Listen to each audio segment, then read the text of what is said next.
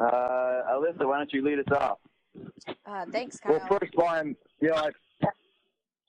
sorry that, in the earlier press conference that Russell and Andy and Leo and Pat and Grant and Eric, that those guys were left out, but my producer said I had a limited amount of time for that earlier press conference. But, really, right now, obviously this is all, uncharted territory for everybody. And, the biggest thing is just, from our perspective, is just keeping in close contact, making sure that they're doing well, making sure that they're safe, checking in with them on a daily basis, whether it's about just life in general or academics or, if they're staying in shape, doing push-ups in their house or sit-ups in their house or just trying to connect. And it's been really important that we know where our players are at all times as well, just to make sure that from a safety standpoint and a health standpoint that everybody's doing well.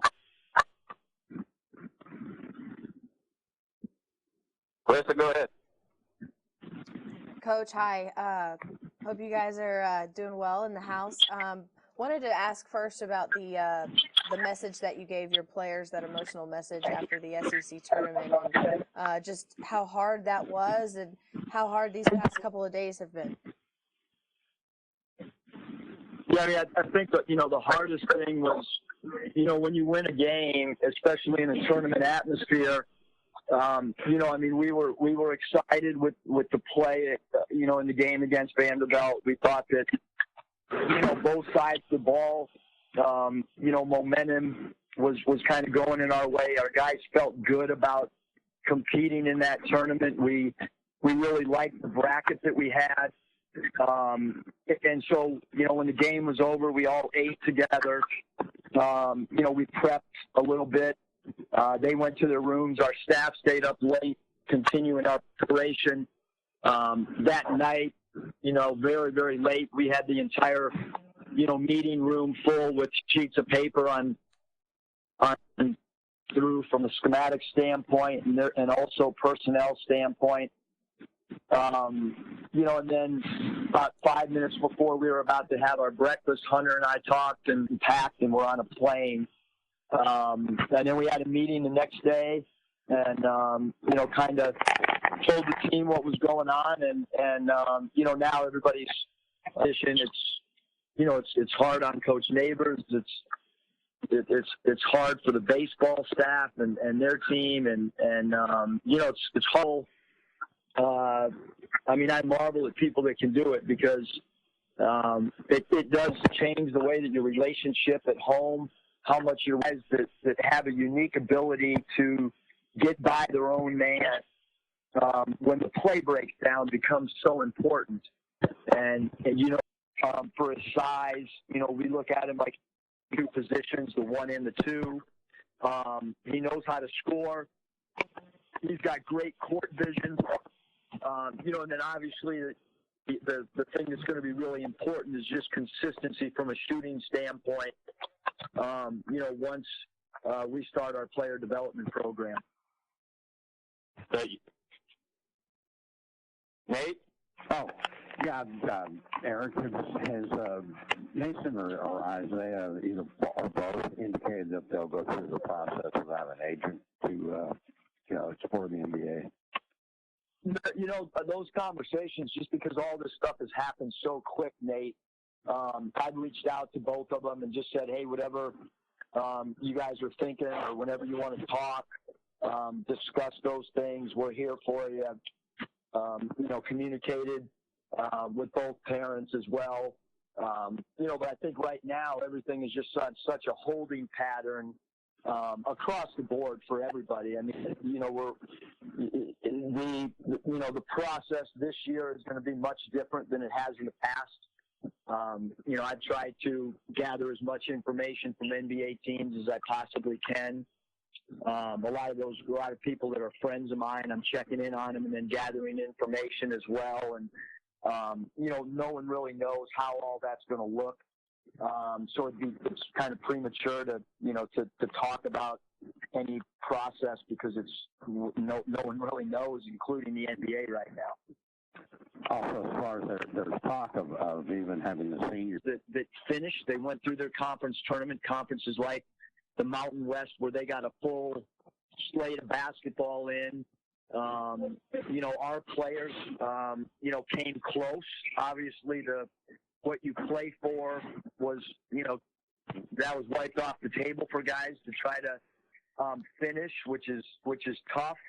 Players that have been injured, whether it's last year, 10 years from now, 5, those guys, a lot of guys that didn't even play half a year didn't get their extra year back on season-ending injuries. So the fortunate thing for, you know, the basketball players, both men and women, is we did get the majority. You know, we got all the non-conference, we got all the conference games in, out the SEC, and then seeing where we might have been after those games. So unfortunate, but again, we are fortunate that we got so much of the season in as well. And just two more. One is the off-season workouts you have. Since right now, I think 10 people is the most you can have at the maximum, and that may start dropping. What kind of workouts do you prescribe for them while they're at home? Yeah, I mean, you know, right now, I mean, it's hard for guys even, you know, to get into a gym. I mean, there's, depending on where, you know, some of our players live, they, you know, right now, a lot of guys don't have access to go get shots up unless it would be outside. And I think right now, I mean, you know, the bottom line is just the safety of everybody. So, you know, we would like to start playing football, but you know, again, that's just a personal opinion. I mean, they're just kind of, where do you think they're leaning? I mean, you know, really, again, Bob, I mean, players their junior year test the waters, and they ended up coming back. And then the year before, we had Cameron Oliver test the waters, and he went out. But there was a clear, some of this stuff gets sorted out. Yeah. You think there's a good chance Isaiah and Mason could be back? I mean, I don't think that, you know, again, like whatever, you know, Mason and Isaiah, you know, whatever they want to do, we're here to support them. We're here to gather as much information as they want us to gather. They can gather. It's, you know, too much speculation right now because I mean, no one knows when an NBA draft date is going to even be. You know, there's people in the NBA, assistant coaches, that they don't know if the draft's going to happen until, you know, well past the normal date. And again, they're only speculating as well. So, you know, the only thing NBA teams can do right now from an evaluation standpoint is watch film of players, and that's what a lot of their scouts are doing right now. You know, as far as, you know, kind of putting a wrap on the season, I know it didn't. You ended with a win, which is great, but it obviously ended prematurely. Just looking back on your first season here, just how would you kind of sum it up? Yeah, I mean, I think, Bob, we're, you know, and it's great moments. And again, we went through just that one segment, you know, where we lost, you know, so many close games. You know, we did not play well at Tennessee, and we did not play well at Florida. You know, the Missouri game on the road could have gone either way. We didn't play great, but I look at, you know, when you think about a 30-game season or 30-plus game season, everybody in the country, from top 5 teams in the country, they play 2 games that they didn't play well. I mean, I look at a team like San Diego State. I mean, they won on a last-second buzzer beater against San Jose State, who's been, you know, a team that struggled to get any win at all in the Mountain West the last 5 years. And you know, it just happens where you're going to have some bad games. But I thought, as a whole, our guys laid the foundation of a group that really played hard and competed on a nightly basis. Does it help that you won your last game, played pretty well? Like I know it's not the way you want it to be over, but does that help for, you know, carryover and things? You know, Bob, I do think it helps all of us because we you know, when you lose, you know, it's not a good feeling, and you kind of carry it with you, and so, you know, it did, because, like, look, we you know, like, for everybody in college basketball, like, we abruptly, you know, like, it ended quickly, and then not only did it end quickly, but then everybody dispersed. You know, like, normally your season is over and your guys are still coming into your office between classes. You see them at the Jones Center eating, and you can have a conversation with them face to face. Because we have the majority of our team, you know, if they're lifting weights or getting shots throughout the course of the day, they'll come up and sit on the couch in the office or come into one of the assistant coaches. Almost every day we see 3 or 4 or 5 guys come in here, even when it's not practice time or game time. And so you don't have that time to kind of reflect on the season and have some of these discussions and so forth. So I do think ending on a win when everybody's kind of going home with family, that it does, you know, put a positive spin on the season. Taking the shot, I got a few more questions, but I'll let some others chime in, and hopefully Kyle could circle back to me. Okay. Oh, yeah, I got one. Eric, besides shooting spoof videos, what do you have in mind to keep yourself occupied? Great question. I only got one more video, you know, that's been taped, and we're waiting to release it. So those will probably stop. But really what I'm doing is we want to try to improve in all facets. And obviously, as we look to the future, you know, like the way we play pick and roll, you know, with Connor Vanover is going to have to change. I mean, we're not going to switch pick and rolls like we did with Adrio, where, you know, he ends up, meaning our 5-man ends up guarding the guard. So we're going to have to study, and that's our project right now, is studying NBA 7-footers and how teams, and particularly the Milwaukee Bucks, and how they track their pick and rolls, and how when the big man rolls, we want Connor to be in the line of the roll man. So that's one of our projects that I want to try to get done within, you know, midweek next week, where we have a definable way that we're playing pick and rolls, especially with Connor in the game.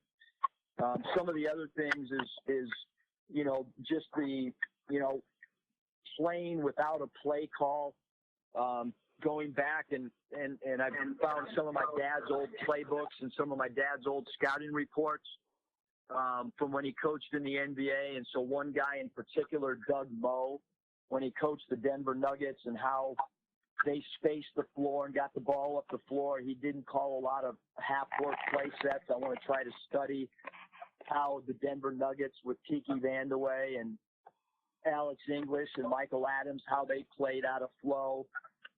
So really, Tom, those are the type of things that we're trying to do, is create projects and try to learn from those as best we can. And then I'm trying to get on as many podcasts as I can. I did a video thing with Coaching You yesterday, you know, and have done some radio stuff, and just trying to, you know, spread our brand, you know, the best that we can.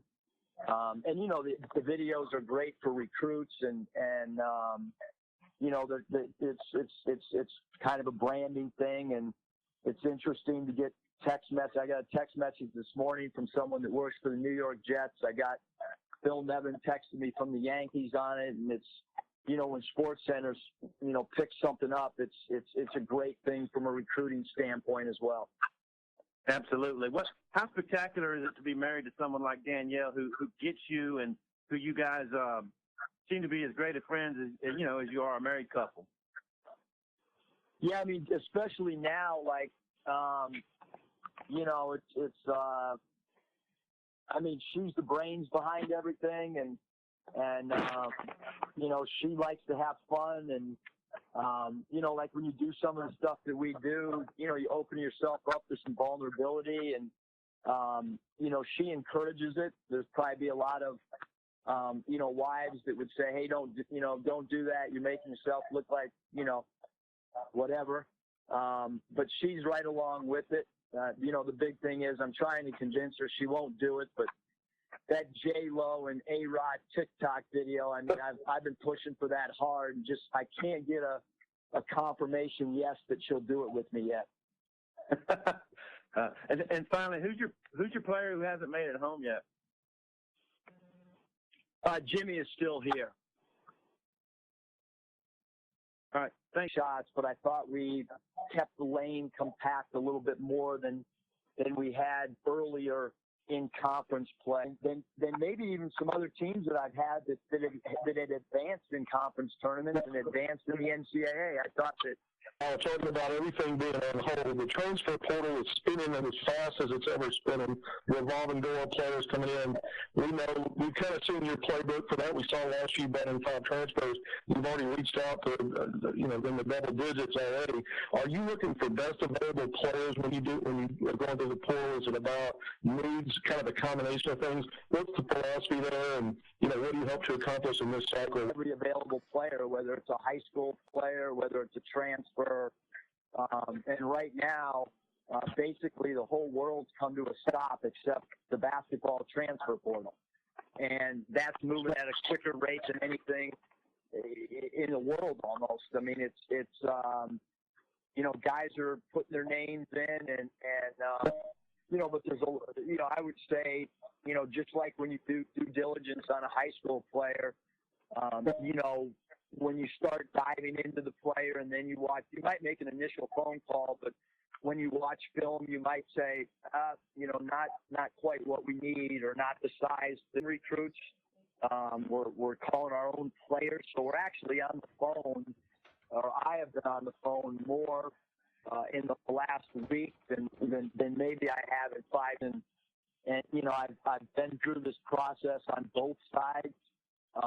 You know, I feel like I know how it works, and you know, so I just think right now, because nobody knows what's going on with combines, and I know how hard it is to get invited to the combine, and are 2 of the premier players in college basketball. So you know, whether it was anybody in our conference, and you know, so we're just here to support those guys. I think if you know, if they decided to come back, you know, and a lot of it's like, you know, when you scout it, you don't obviously play everybody on the road, you know, but size, I mean, all that stuff is no different at all than. Thanks, Miss. Thanks, Jeff. Bob? Eric, I was wanting to ask about your 3 red shirts. Maybe you could comment on each of their development. What kind of red shirts do you think they had, and what you're expecting from them moving forward? Yeah, I mean, that we know from being at Nevada and having guys sit out of years, those first 3 to 4 games become important for those guys from a confidence standpoint, because they've been out for a full season, body strength. But I think the biggest growth that we saw from Connor was he went from not saying much at all on the floor to being one of our better talkers. And communication on the floor is really important for us in our system and what we believe in. And Connor went from kind of... They really got a lot done? I do. You know, I one of the things, you know, that we don't really call it a sit-out year. We call it a player development year. And a lot of that's up to the individual player. I mean, we're not going to ups and things like that in 3-on-3. So I think they did really well, Bob, but it's not over. I mean, they still have, you know, quite a few months before they'll play a game in November. So it's going to be important that they continue that. But now, obviously, they're at the power forward spot. And if you play the power forward spot, you're going to get a lot of mismatches. And he's going to keep getting better. I don't think that stops. I mean, if they're every single night, I mean, we got him guarding the center against Indiana and happening, but he was invited to that, which is a great honor. It's one of the stepping stones to play in the NBA. We also got a letter for him. He was being under consideration. They still had not finalized their roster, but he was under consideration for the Reese's game at the Final Four, the All-Star game. I got an email regarding Jimmy's interest in that. So 2 big-time postseason, events. One he was already part of, and the other he was still being under consideration. So it's great to know that people recognized outside of the SEC or Arkansas what type of season he had. And, people are really smart, like, the people that run Portsmouth and NBA scouts. Like, everybody knows that Jimmy Witt really defended and guarded the best player. Like, that's, basketball is half offense and half defense. And he was a premier defender for us.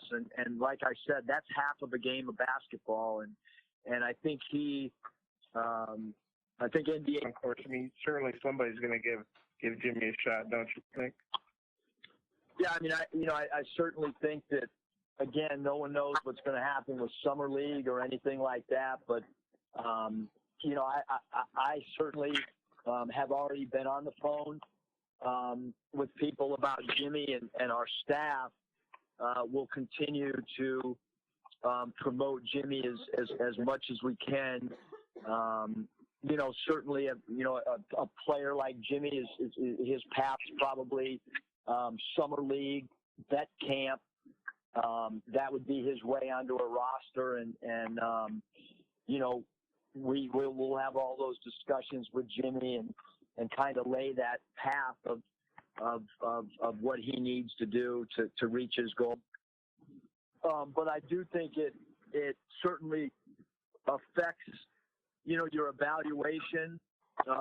Again, who knows how the rest of the summer plays out, but certainly you hope that everything's, there's normals, gets back to normal at some point, and that, if the summer's, wiped out, I think you're going to have to work a little bit different pace, maybe in September and see, multiple guys, and maybe your format or your plan gets adjusted.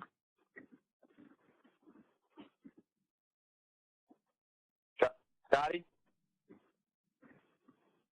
Yeah, hey Coach. I was curious, what maybe you learned about yourself as a coach in your first year here. Wow, that's a great question. I'm speechless for the first time since I've been here. I think as coaches, you're always learning.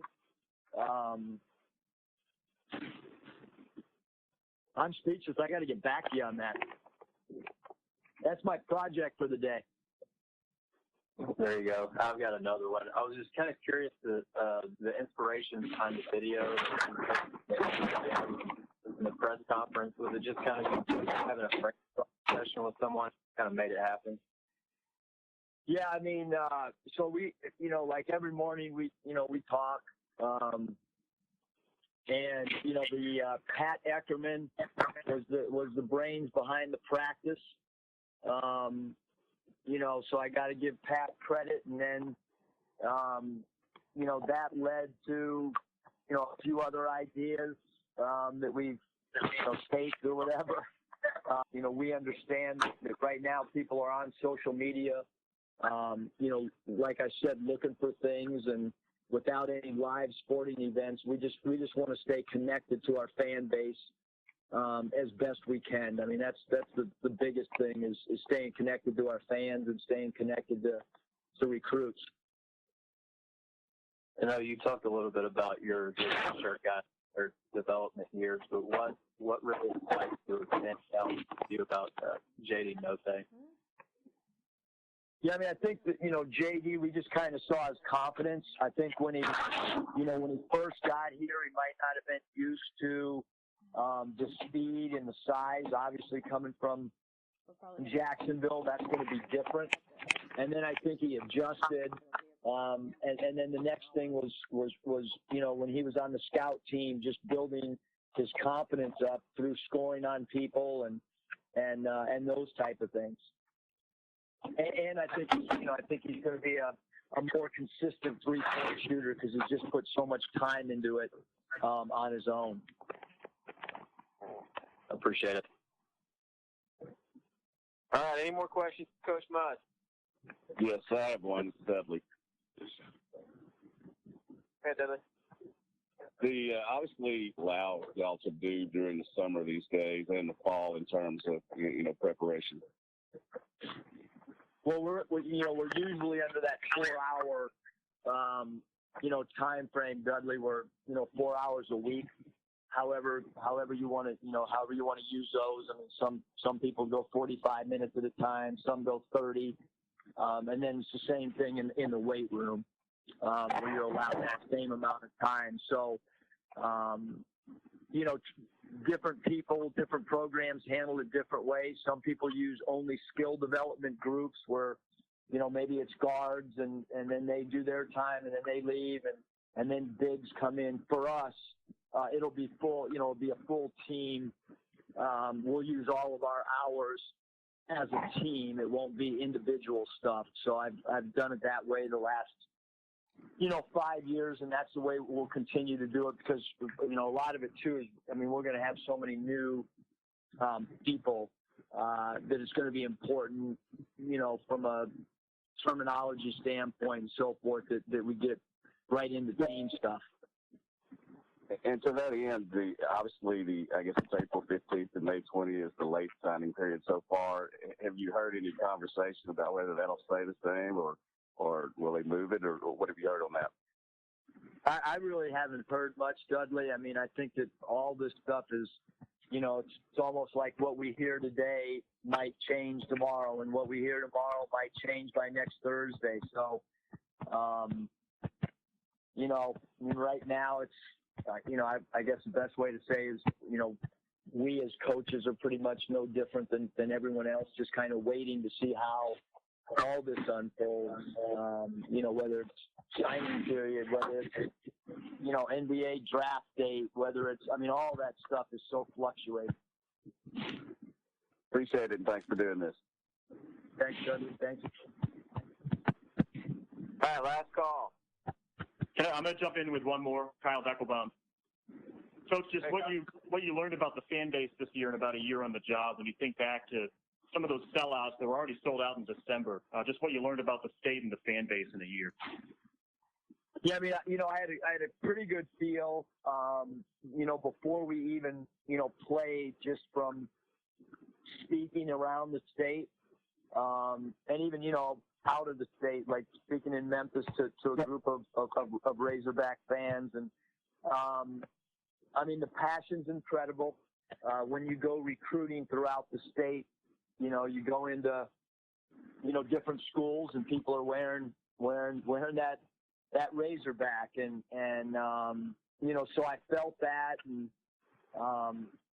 even as early as going to baseball games and seeing the tailgating and, just things that I have not seen at that level. And then certainly, the crowds that we had, it was amazing. Almost all programs, you can't fill a 12,000 seat arena, let alone one that's, close to 20. It's unheard of. It motivates us. It motivates our players. It motivates our coaching staff to continue to try to connect with our fans in every way possible, to not take any of that for granted because it's so unique. Probably the greatest thing about this year is we know as a staff and our players know, if our team plays really, really hard, if we compete, our fans will come and support us. And come and support us with incredible enthusiasm. So, you know, we could not feel more fortunate to be in that situation. Because, like, look, when you drive up to Bud Walton 2 hours before the game, as a coach, like, you can feel the passion's going to be in that building, and that's whether it's a midweek game or whether it's a weekend game. I mean, I've never experienced anything like it for a full season. I mean, everybody can have one or two great crowds, but to do it night after night is, you know, really cool to be a part of it. Thanks, Coach. Thank you. Any more questions? All right. Thanks, Muzz. Appreciate your time. Thanks, Kyle. Thanks, Coach. See you guys. Appreciate it.